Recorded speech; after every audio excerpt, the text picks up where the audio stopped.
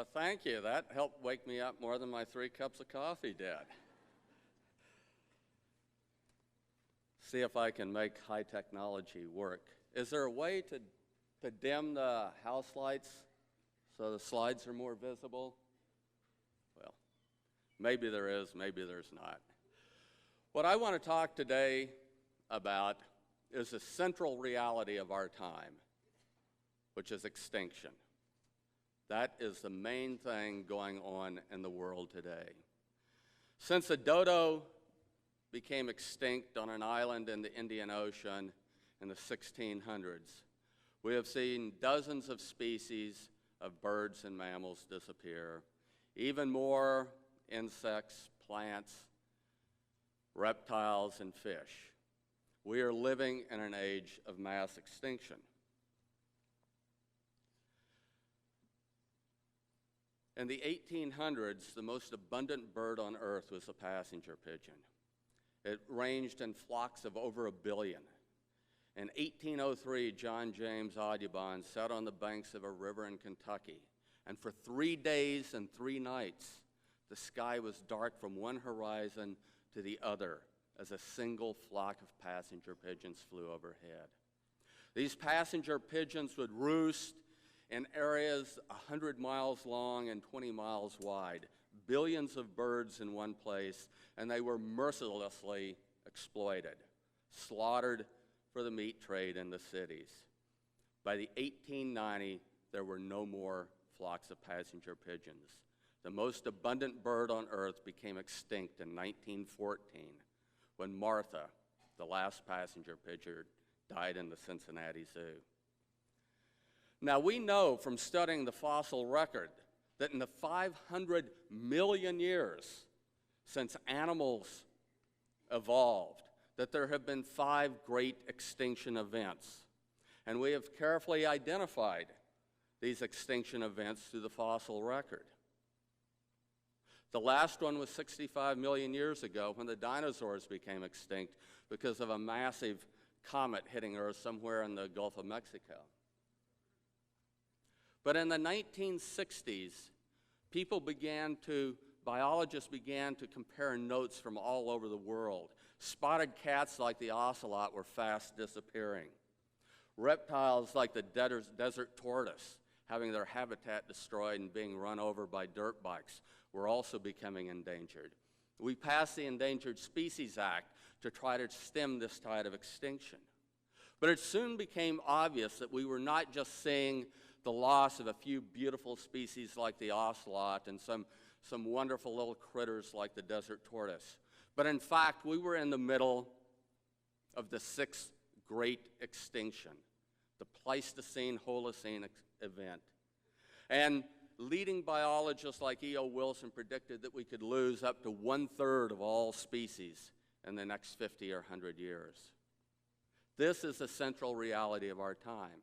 And we cannot blame an asteroid for causing this extinction. It has one and only one cause, and that is 6 billion human beings breeding, eating, manufacturing, warring, traveling. We have become a plague of extraterrestrial proportions on the Earth, and we are causing the extinction of many of our fellow travelers, our closest relatives, the primates, and many other species around the world. There are 5 leading causes of extinction today. One is the direct persecution and killing of animals, such as the campaign we waged in the middle of the last century to wipe out all wolves in the United States. The mass slaughter and poisoning of prairie dogs. This kind of direct exploitation has been a leading cause of extinction. Another major cause of extinction is the invasion of exotic species, like the bullfrog into southwestern streams eating up Chiricahua leopard frogs and native fish. Disease is another major cause of extinction, bringing in exotic diseases through humans, pets, and domestic animals. The black-footed ferret was nearly wiped out by distemper. And then pollution. Industrial activities of all kinds are now making a major threat to the survival of many species. But the leading cause of extinction is habitat destruction. through agriculture, overgrazing, logging, and other destruction of habitat. And a key part of habitat destruction is fragmentation of the landscape. Fragmentation, breaking the land up in smaller and smaller pieces, leads to direct threats to many species. Something like a freeway is very difficult for even the wily coyote to get across. This chart is the area species curve. And I know it doesn't look like a curve to you, it doesn't look like one to me. But what it is, it's a graph where the vertical axis is the number of species of reptiles and amphibians, and the horizontal axis is the size of islands in the Caribbean. And as you can see, there is a direct relationship between the size of the island and the number of species it holds. This is the area-species relationship. And its corollary is that if you destroy habitat, you will lose species. In fact, if you destroy 90% of the habitat, it has been shown that you will lose 50% of the species that inhabit it. So as we break up habitat in smaller and smaller pieces, we see species decline. If A is an area of forest, and the white part is the interior forest habitat that many songbirds depend on, and the dotted area around it is the edge effect, we see that when you have a big block of forest, you still have a lot of interior forest habitat. But if we keep the exact same amount of forest but break it up into 4 pieces, we suddenly lose most of the interior forest. If we break it up even further, that interior forest disappears. The careful scientific research, we have determined that even Yellowstone National Park is not big enough in and of itself to maintain viable populations of wide-ranging species, like grizzly bears, wolverines, or wolves. This is particularly important because we have recently learned through research in the tropics and the oceans and temperate areas just how important large carnivores are.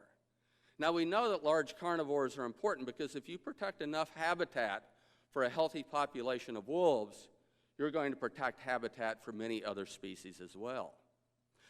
But ecology has been showing in recent years the importance of top-down regulation of ecosystems. Jim Estes looked at sea otters on the Pacific coast, or rather at the absence of sea otters. When sea otters are present, there are healthy kelp forests. But when sea otters disappear, the kelp forests also disappear because the sea otter's main prey, the sea urchin, is a voracious predator on kelp forests. You remove the sea otters, there's a population explosions of sea urchins, and they destroy the kelp forest and the hundreds of species that depend on the kelp forest. In suburban San Diego, Michael Soule has looked at what happens as suburbs surround remaining patches of coastal sage scrub in canyons. As long as coyotes are present in these little canyons surrounded by suburbs, all the native birds are there. As soon as the coyotes disappear, though, the native birds disappear. Why? Because any smart house cat, like my beautiful cat Chama, knows to stay home when there are coyotes about. You remove the coyotes and the house cats, the foxes, the skunks, the possums become more bold and go into these remaining habitats and eat songbirds. We've seen how the reintroduction of elk in Yellowstone has entirely changed the behavior of elk in Yellowstone National Park. No longer are elk loafing around meadows, overgrazing. But with the wolves there, the elk are suddenly elk again. They're looking over their shoulder. They're running around. They aren't loafing. And the land is much healthier for it. On Isle Royale National Park in Superior Lake, we see that when there's a healthy population of wolves, they maintain a healthy population of moose, which means that the balsam fir forest is healthy. But if we remove the wolves or have a low population of wolves, the moose overpopulate with dire consequences for the forest. These are called trophic cascades. In the eastern United States, we've known for a long time that neotropical migrant songbirds, the warblers and thrushes that go south in the winter and breed in the eastern United States and Canada in the summer, their populations are declining. Part of it is destruction of their habitat. But David Wilkove has shown that a major part of it is mountain lions and wolves. Not because mountain lions and wolves eat baby songbirds. I mean, no self-respecting mountain lion is going to skulk about in the forest looking for warbler eggs to suck. I mean, some things just aren't done in nature. I mean, a mountain lion going after baby warblers would be like John Wayne having gotten a nipple ring. Some things simply do not happen in nature. The problem is that in the eastern forest, there are no longer any mountain lions or wolves, which means mesopredator release. Raccoons, who don't have the self-respect not to suck warbler eggs, suddenly become more abundant and act more boldly in the absence of their predators. And they and skunks and foxes go into the forest and eat baby warblers. John Terborg, the Dean of Tropical Ecology, has been studying what happens when you remove jaguars from tropical ecosystems. A huge reservoir in Venezuela created a number of islands. On those islands, too small to support populations of jaguars and harpy eagles. The forest, which once had 60 species of trees in it, now only 5 species of trees are reproducing. The reason is because in the absence of their predators, leaf-eating monkeys and other things have become unnaturally abundant, and they have changed the entire composition of the forest. So all over the world, we are finding that when we remove large carnivores, the whole system begins to unravel.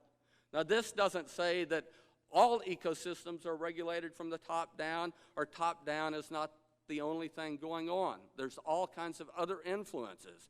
But we are finding in every study done so far that when large carnivores are removed from an ecosystem, it has dire results.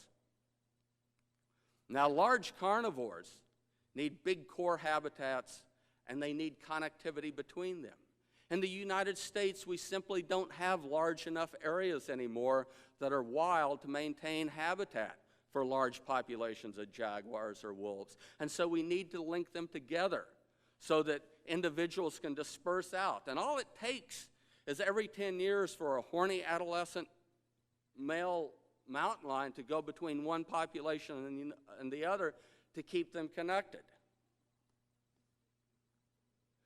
So this leads to the idea of rewilding, that for healthy ecosystems, we need the presence of large core areas, we need linkages between those core areas, and we need the presence of keystone species and processes like large carnivores. But how do we get there? How do we achieve this? This is what the Wildlands Project is about. And our sister magazine, Wild Earth. And we have a booth over there, and I'll be talking more about this in the workshop this afternoon, directly how we might create large core areas and link them and reintroduce large carnivores to get healthy landscapes back. Places like the Sky Islands Wildlands Network on the U.S.-Mexico border, tying together the big wilderness areas like the Gila Wilderness down through corridors of the Peloncillo Mountains to the Sierra Madre in Mexico. And let me just mention here one direct thing the Wildlands Project has been doing. Jaguars, thick-billed parrots are all native to New Mexico and Arizona, but they were driven south of the border 100 years ago. If we are going to have jaguars and thick-billed parrots back in the mountains of New Mexico and Arizona, we have to protect their habitat in northern Mexico. And here's Peter Warshaw and Diana Hadley trying to explore their habitat. It took us 2 hours to get out of here, so we're in really rough country. The thick-billed parrot is down to just a few hundred breeding birds. Their closest breeding habitat is only 40 miles south of the U.S. border. Peter and Diana and I have stood and watched thick-billed parrots while seeing the Chiricahua Mountains in Arizona on the horizon. Last winter, the Wildlands Project, Naturalia, and our other partners in Mexico signed a groundbreaking deal with an ejido, a Mexican land-grant commune, to protect the largest remaining thick-billed breeding area left in the Sierra Madre, a 6,000-acre patch of old-growth forest.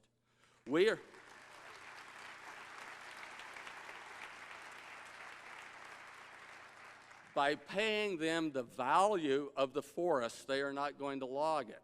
And we are going to work together to develop ecotourism so bird watchers can go in and see the thick-billed parrots and others, so the local folks can make the money off it. And we hope to show that protecting nature, protecting the thick-billed parrot, brings more money in the long run than a one-time liquidation of that old-growth forest does.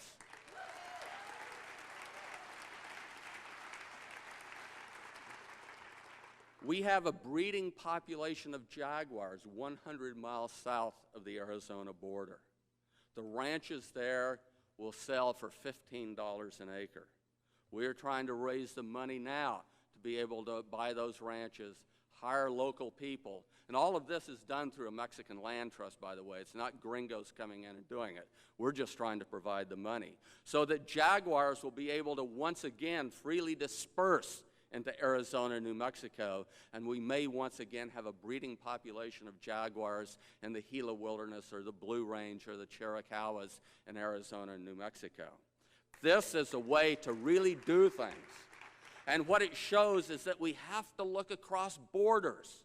We have to look across the borders of public land and private land.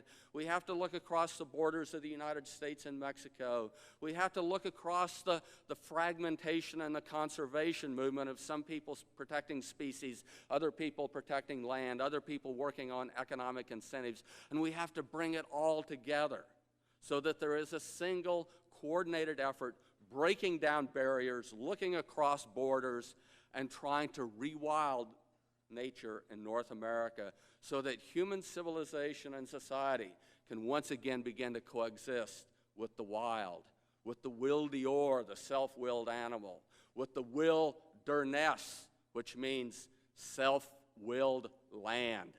And that's fundamentally the challenge of our times. Do we have the generosity of spirit and the greatness of heart to allow some land to have a will of its own? To have some wildlife with a will of its own, where we are not dominating and controlling and manipulating everything, where some things are beyond the control of human civilization, and we celebrate that. And that is the other great value of large carnivores. I forgot to mention prairie dog towns in Mexico, but we're trying to protect them too. But the great value to the human spirit of large carnivores is that it teaches humility.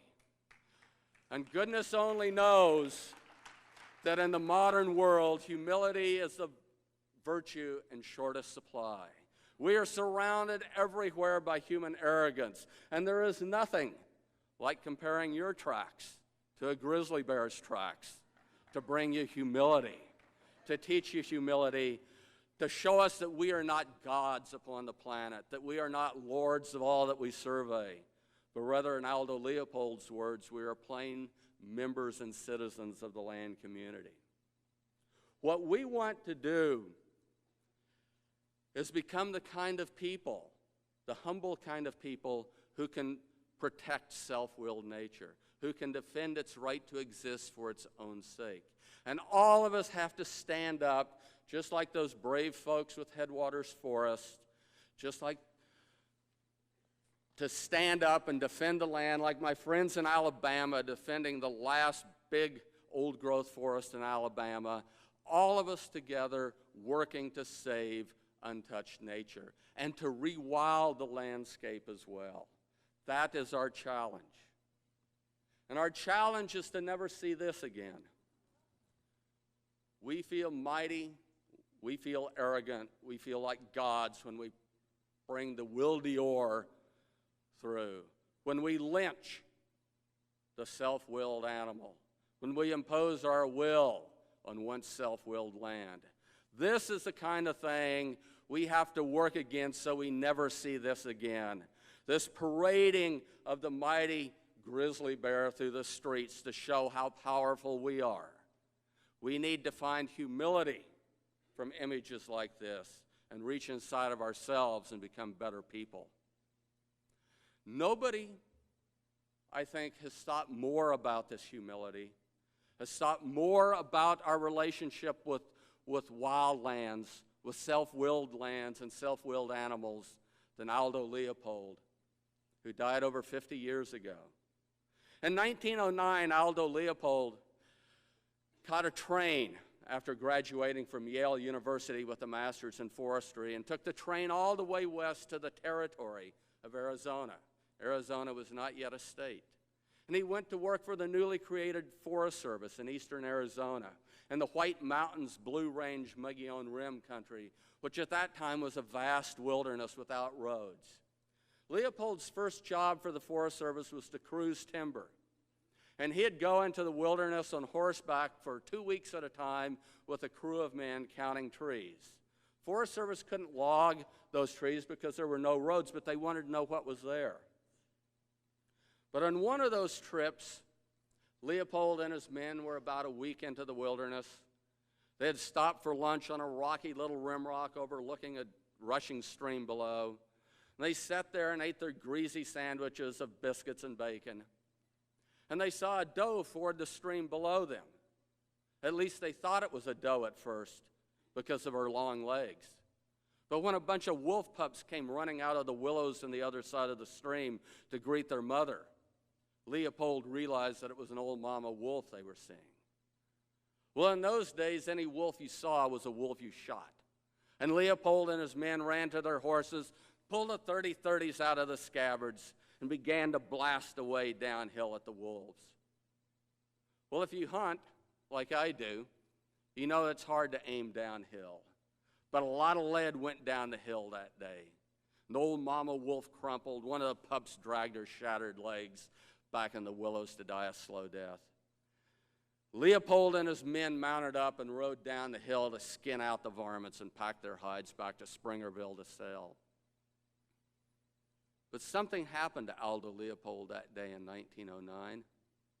And he wrote decades later, "We reached the old wolf in time to watch a fierce green fire dying in her eyes. I realized then, and I've known ever since, that there was something new to me in those eyes, something known only to the wolf and to the mountain. I was young then and full of trigger itch. Because fewer wolves meant more deer, I believed no wolves would mean a hunter's paradise. But after watching the green fire die, I realized that neither wolf nor mountain agreed with such a view." Aldo Leopold helped exterminate wild wolves in the Southwest. They've been gone since 1935. But a few years ago, wild Mexican wolves were reintroduced into eastern Arizona. And after looking over the map, I realized that by pure serendipity, those first wolves were released only a mile from where Aldo Leopold shot the green fire wolf. That we have come full circle to be able to welcome the Will Dior back into our hearts. And so join with me. Join with me in celebrating the rewilding of the continent, the return of the wolf, of the jaguar, and the return of the wild in the human heart.